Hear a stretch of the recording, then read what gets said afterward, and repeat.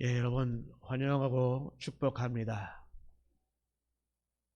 여러분 가운데 항상 주님의 사랑이, 주님의 믿음이 여러분 가운데 온전히 임하기를 간절히 축복합니다.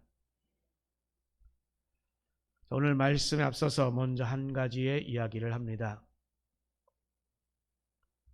지금은 만년필을 거의 사용하지 않지만 한때 이 만년필은 엄청난 인기를 누렸습니다. 그 만년필을 만든 사람에 대한 이야기를 여러분들에게 들려드리고자 합니다.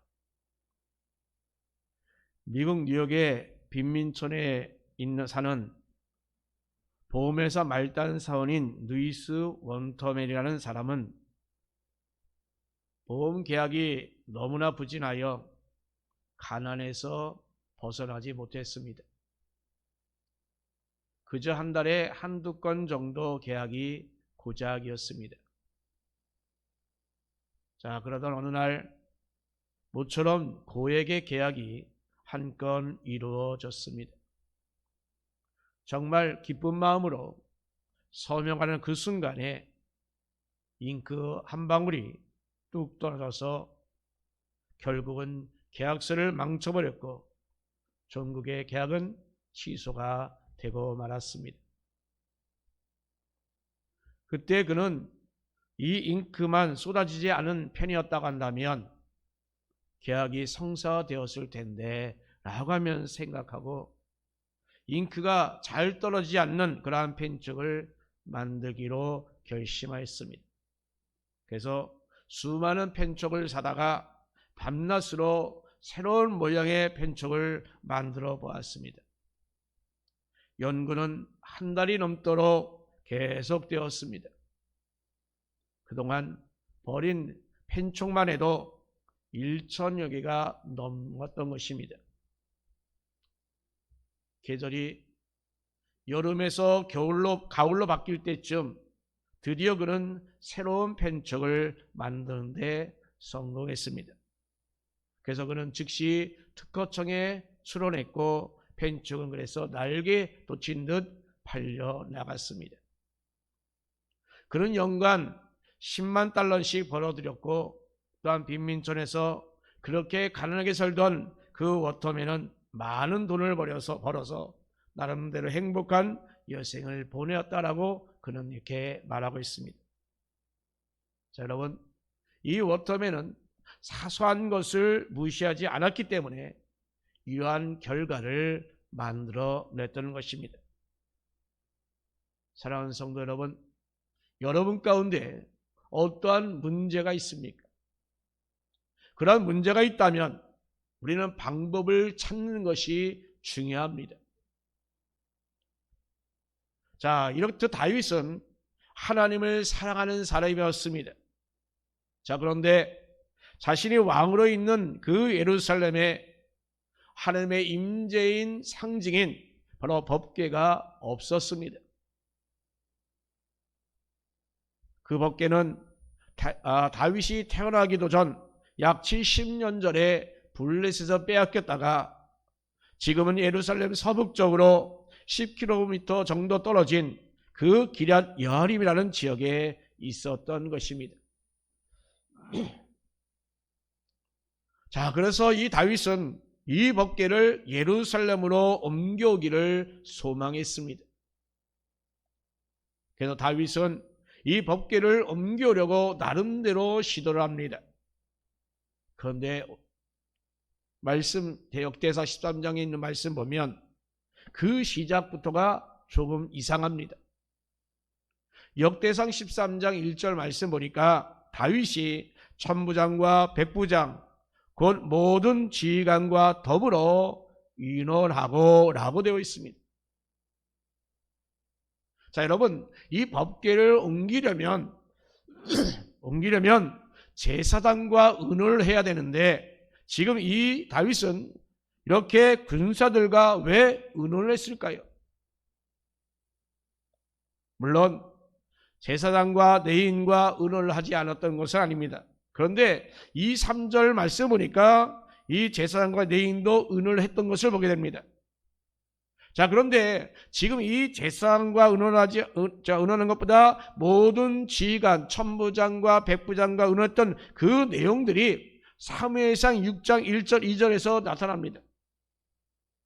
다윗이 이스라엘에서 뽑은 무리 3만 명을 다시 모으고 다윗이 일어나 자기 함께 있는 모든 사람과 더불어 바알레 유다로 가서 거기서 하나님의 궤를 메어 오려 하니 그 궤는 그릇들 사이에 자정하신 만군의 여호와 이름으로 불리는 것이라 라고 이렇게 되어 있습니다. 자, 이게 무슨 말입니까? 정말 이 법궤를 가져오는 데에 이 다윗은 아주 군사 작전처럼 했다는 것입니다. 그러다가 결국은 이 법궤를 옮겨다가 실패하고 맙니다. 그리고 6개월이 지난 후에 다윗은 다시금 이 법궤를 예루살렘으로 옮겨옵니다. 자, 그때는 그전과 다르게 옮겨왔습니다. 자, 두 번째로 이 법궤를 옮겨올 때는 하나님 말씀하신 그 성경의 그 방법대로 레위인들이 어깨에 메고 옮깁니다. 군사를 대대적으로 동원하여 새를 갈시하면서 옮기지 않았습니다. 성경 그 방법대로 그대로 했습니다. 그래서 무사히 법궤를 옮겨옵니다.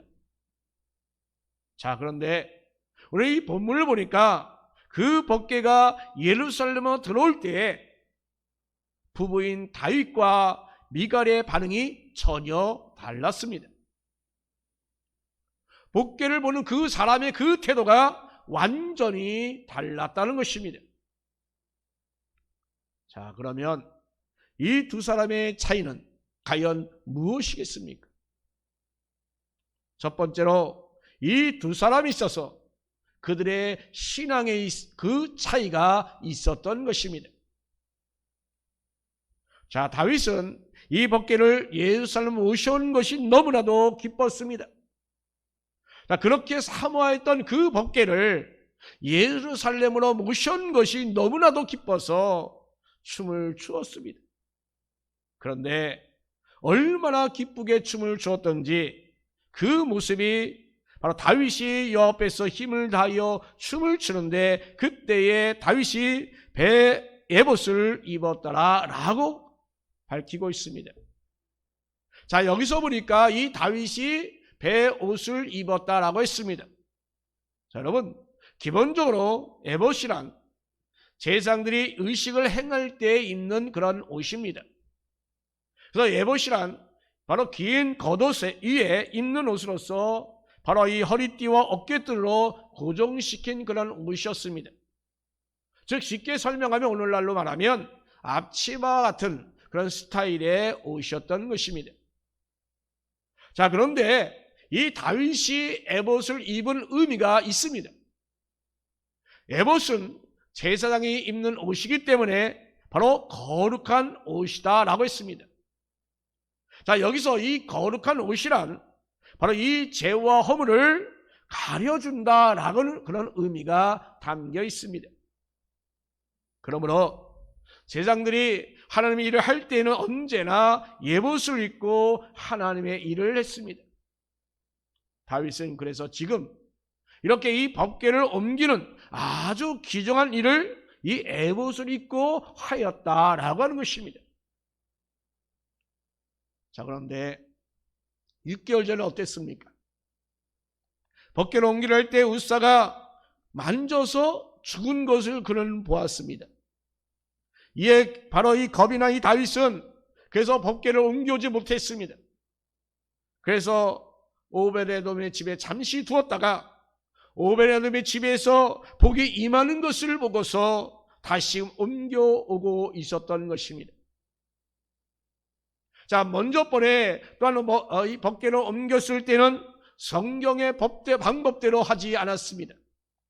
자, 그러나 이번에는 달랐습니다. 자신이 죄와 허물을 가리는 그 의미의 애복을 입었습니다. 그리고 또한 레위인들이 그 법궤를 어깨에 메고 출발하자마자 그 제사부터 드렸습니다.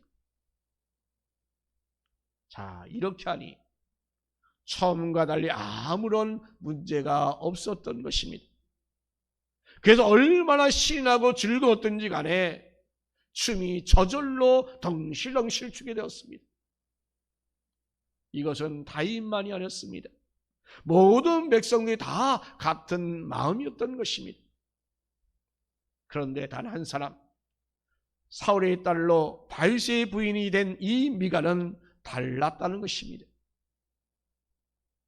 다윗을 보고 업심여기며 이스라엘 왕이 오늘 어떻게 영화로우신지, 방탕한 자가 염치 없이 자기 몸을 드러내는 것처럼 오늘 그의 신복의 계절 그 눈앞에서 몸을 드러내셨도다 라고 이렇게 말합니다.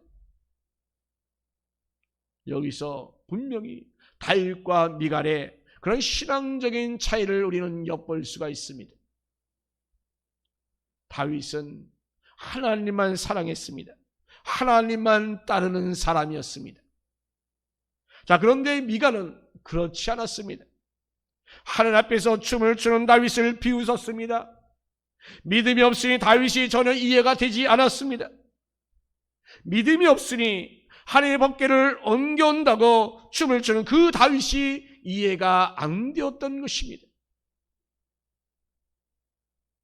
시편 150편 3절 4절 말씀 보니까 나팔 소리로 찬양하며 비파와 수금으로 찬양할지어다. 소고치며 춤추어 찬양하며 현악과 퉁소로 찬양할지어다 라고 이렇게 말씀합니다. 느헤미야 또한 8장 10절 말씀 보니까 여호와로 인하여 기뻐하는 것이 너희의 힘이니라 라고 말씀합니다. 즉 하나님을 기뻐하는 것이 바로 우리의 힘이다 라고 하는 것입니다. 다윗은 하나님이 주시는 그 기쁨을 알았던 것입니다. 그러나 미갈은 그 은혜의 기쁨을 알지 못했습니다. 그러니 이러한 태도를 보이고 있는 것입니다. 사랑하는 성도 여러분, 아마도 우리는 신앙생활을 하면서 주님이 주신 그 은혜에, 그 주님이 주신 그 기쁨을 경험하지 못한 사람만큼 정말 안타까운 일이 없을 것입니다. 우리 신앙생활의 나름대로 재미를 모를 것입니다. 이것만큼 답답한 일이 과연 어디 있겠습니까? 여러분 정말 하나님 만나는 것이 기뻐서 춤을 추며 또한 우리가 얼마나 하나님께 울부짖으며 통성으로 기도합니까? 그 기쁨이, 그 간절함이 너무나 크기에 우리는 등실등실 춤을 추기도 하고 정말 목소리 높여 찬양하기도 하고 또 목소리 높여 울부짖으며 기도하기도 하지 않습니까? 그런데 믿음이 연약한 자는 그런 것들을 이해가 되지 않습니다. 그 통성으로 기도하는 것을 새신자가 보고 깜짝 놀라 그냥 도망가기도 합니다. 왜? 믿음이 없기 때문입니다. 우리 마음이 정말 전심으로 하늘을 향하여 하는 짓이 그 은혜를 체험하십시오. 하는 짓이 그 기쁨을 우리가 모두 다 체험할 수 있기를 바랍니다. 그래서 늘 우리는 하나님처럼, 하나님 안에서 정말 우리는 다윗처럼 춤추는 그 기쁨이 저와 여러분 가운데 계속되어지기를 주님의 이름으로 축복합니다. 또한 두 번째로 이 두 사람은 그 신앙으로 신분의 차이가 완전히 역전이 되었습니다. 미갈이라는 이름의 의미는 뭡니까? 누가 하나님 같으랴라는 말입니다. 얼마나 이름이 뜻이 좋습니까? 그런데 미갈은 그 이름처럼 살지 못하였습니다. 미갈은 사울의 딸이었습니다. 그는 공주의 신분이었습니다. 블레셋과의 전쟁에서 그 엄청난 골리앗이 나와 싸움을 걸 때에 이 사울왕은 골리앗을 물리친 사람에게 자신의 딸과 결혼시키겠다라고 이렇게 했습니다.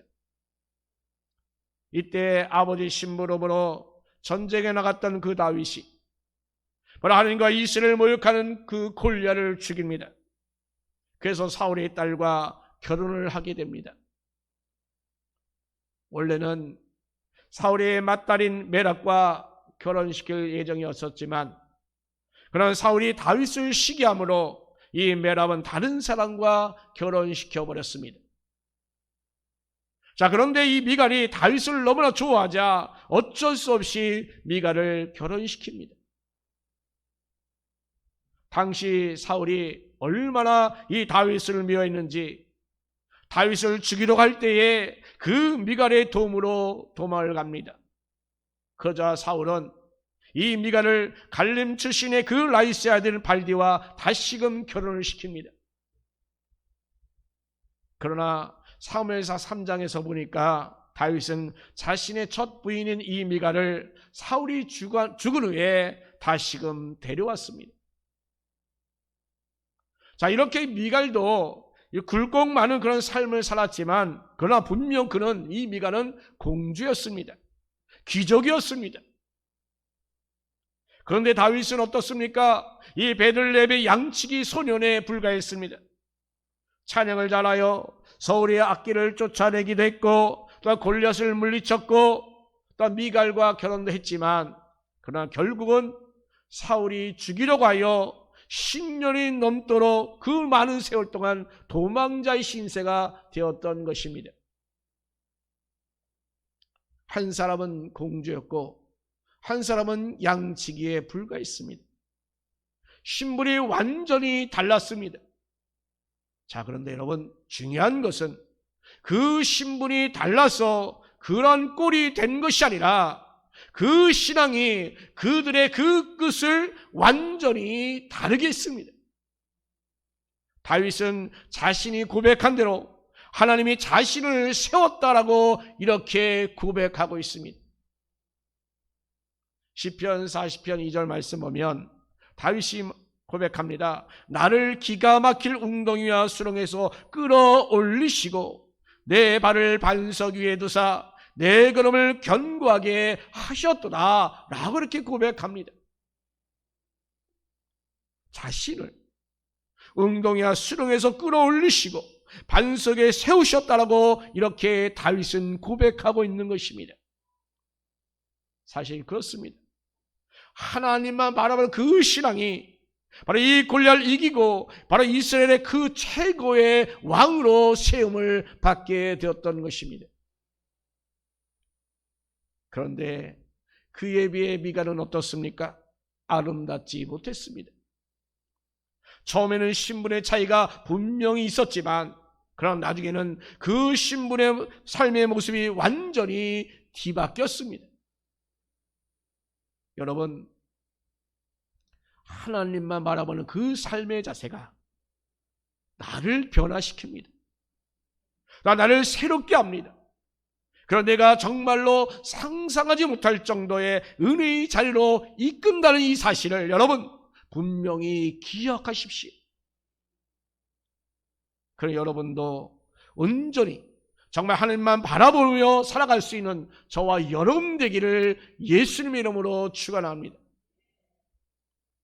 또한 세 번째로 그 신앙의 차이가 그들의 미래를 완전히 다르게 했습니다. 자, 오늘 말씀 보니까 하나님의 법궤를 예루살렘에 가져올 때에 다윗이 너무나도 기뻐서 주 앞에서 뛰며 춤추었습니다. 그런데 그 모습을 본 미갈은 어떻습니까? 그를 경멸하며 비웃었습니다. 사무엘상 6장 20절 말씀 보니까 이스라엘 왕이 오늘 어떻게 영화로운지, 또한 방탕한 자가 염치 없이 자기 몸을 드러내는 것처럼 오늘 그의 신복의 계집종의 그 눈앞에서 몸을 드러내셨도다라고 이렇게 밝히고 있습니다. 즉 우리식으로 말하면 어떤 말입니까? 아니, 왕이 그럼 어떻게 이렇게 채신머리 없게 하느냐라고 하는 말 아닙니까? 그러나 다윗은 이는 여호와 앞에서 한 것이니라. 그런데 아버지와 그의 온 집을 버리시고 나를 택하사 나를 여호와의 백성 이스라엘의 주권자로 삼으셨으니 내가 여호와 앞에서 뛰놀리라. 내가 이보다 더 낮아져서 스스로 천하게 보일지라도 내가 말한 바 계집 쪽에게는 내가 높임을 받으리라 라고 이렇게 말하고 있습니다. 나는 누가 뭐라고 해도 그렇게 할 것이다 라고 하는 말인 것입니다. 내가 춤추다가 에봇이 들추어서 속이 다 비칠지라도 보일지라도, 그래서 누가 나를 보고서 웃는다 할지라도 나는 그렇게 하겠다라고 하는 말인 것입니다. 그런 상황이 1000만 번 나에게 온다 할지라도 나는 그렇게 하겠다라고 하는 것입니다. 오직 하나님만 바라보고 오직 하나님만 생각하며 오직 하나님만 기뻐하겠다라고 하는 그 고백인 것입니다. 그러나 미갈은 그렇게 생각하지 않았습니다. 그것은 부끄러운 일이다라고 이렇게 말하고 있습니다. 하나님보다 사람을 의식하는 그러한 불신앙이었던 것입니다. 그런 미갈에게 그럼 어떤 일이 일어났습니까? 사무엘하 6장 23절에 그러므로 사울의 딸 미갈이 죽는 날까지 그에게 자식이 없으리라 라고 했습니다. 평생 그는 외롭게 살았다라고 하는 것입니다. 사람이 사람을 의식하며 살면은 외롭지 않겠다라고 생각할 수 있겠습니다만, 그러나 여러분, 사람이 가득한 곳에 산다 할지라도 외로운 것은 곧 사람입니다. 그런데 산중에 혼자 산다 할지라도 외롭지 않은 사람이 있습니다. 그는 바로 하나님이 함께 하시는 사람인 것입니다. 서기 313년 기독교를 그렇게 핍박했던 그 로마는 기독교를 믿어도 좋다라고 하는 칙령을 내렸습니다. 그리고 드디어 380년에 기독교를 국교로 선포했습니다. 그러자 급격히 믿음과 신앙이 더 좋아진 게 아니라 타락해졌습니다. 그래서 이를 거절하고 정말 사막으로 들어가고 또 산으로 들어가신 분들이 많았습니다. 물론 그 이전부터 수도원 운동이 있었지만 정말 본격적으로 수도원 운동이 바로 이때부터 시작되었습니다. 이들은 사막이나 산에 들어가 홀로 지냈습니다. 그러나 세례 요한처럼 늘 기쁨과 은혜가 충만한 삶을 그들은 살지 못했고, 오히려 이 세례 요한은 그런 가운데서도 충만한 삶을 살았다는 것입니다. 왜 그랬을까요? 하나님이 함께 하셨기 때문입니다. 부부였지만 다른 신앙을 가진 다윗과 미갈을 한번 보십시오. 다윗은 하나님 마음에 합한 사람이라고 칭찬받았습니다. 신앙적으로나 정치적으로나 가장 탁월한 사람이 되었습니다. 그러나 미갈은 그렇지 못했습니다. 사람들이 생각들 하기에 믿음이 아무것도 아닌 것이라고 생각하겠지만, 이 믿음과 신앙은 우리의 미래를 바꾸는 그 힘이 있습니다. 심지어 믿음은 믿지 않는 사람이 말하는 그 팔자라고 하는 것, 그 운명까지도 바꿔놓는 그 힘이 있습니다. 사람들은 믿음을 아무 것이도 아니라고 생각하지만, 그러나 그렇지 않음을 여러분 깨달아야 합니다. 작아 보이는 그 신앙의 자세, 그 믿음의 태도가 우리의 미래를 완전히 바꾸어 놓습니다. 영국의 대표적인 작가인 고든 바이런과 월터 스콧은 두 가지의 공통점이 있었습니다. 먼저 두 사람은 작품 하나로 하루아침에 그들은 벼락 스타가 되어버렸습니다. 월터 스콧은 스코틀랜드 미너줍으로 당대 최고의 작가 반열에 올랐습니다. 또한 바이런은 헤럴드의 순례라는 책으로 성공한 뒤에 아침에 눈을 떠보니 유명해졌다라고 그는 말을 남겼습니다. 그리고 또한 두 사람은 모두 다 두 다리에 장애가 있었습니다. 그러나 이 장애에 대한 그 관점으로 인하여 두 사람의 인생은 완전히 판이하게 달랐다는 것입니다. 바이런은 다리의 그 장애를 아주 심각한 콤플렉스로 여겼습니다. 절름발이라는 이 말을 어쩌다 했다고 하는 이유로 그 첫사랑과 헤어졌고 그 콤플렉스를 극복하기 위해서 작품으로 얻은 그 인기와 명예를 쾌락으로 사용하였습니다. 그러나 월터 스콧은 그 장애를 약점으로 생각하지 않았습니다. 그래서 그는 그 사람들에게 늘 친절했으며 또한 자신감이 넘쳤습니다. 그래서 자기 작품에 수여되는 그런 많은 그런 상들을 정중히 그는 거절했고, 다만 많은 분들이 기억해 주는 것만으로 충분하다라고 그는 말을 했습니다. 하지만 작가로서의 명성과 달리 이 비참한 인생을 살다간 그 바이런은 평생 동안 월터 스콧을 자신이 가장 부러워하는 사람이라고 그렇게 말하면서 자신의 모든 명성과 모든 재산을 다 바쳐서라도 그 월터의 행복을 사고 싶다라고 하는 그런 말을 남겼습니다. 여러분, 이러한 차이는 그저 그 사소한 차이로 이렇게 시작이 되었습니다. 사소한 생각, 사소한 그 말, 그 사소한 그 신앙, 여러분 이것을 절대 무시하지 마십시오. 나의 환경적인 그 조건이 나를 행복하게 만드는 것이 아닙니다. 결국은 나의 믿음이 나의 현재와 나의 미래를 결정하게 되어 있습니다. 그러기에 세상 사람이 정말 다 무시한다 할지라도 여러분의 그 믿음과 신앙이 얼마나 중요한지 깨닫기를 바랍니다. 여러분, 이 신앙 여러분에게 주어진 그 믿음이 나에게 얼마나 소중한 것을 깨닫고 그 믿음을 잘 유지하며 지켜 하나님만 바라보는 저와 여러분이 되십시다. 오늘 우리는 다윗과 미가를 통하여 그 사실에 대해서 우리는 정말 확인하였습니다. 자, 그렇다면 여러분, 나는 과연 어떠한 삶을 살아야겠습니까? 믿음을 선택한다면 다윗처럼 살게 될 것이며, 그러나 믿음을 보지 못하며 하늘을 보지 못하면 바로 미갈처럼 살게 될 것입니다.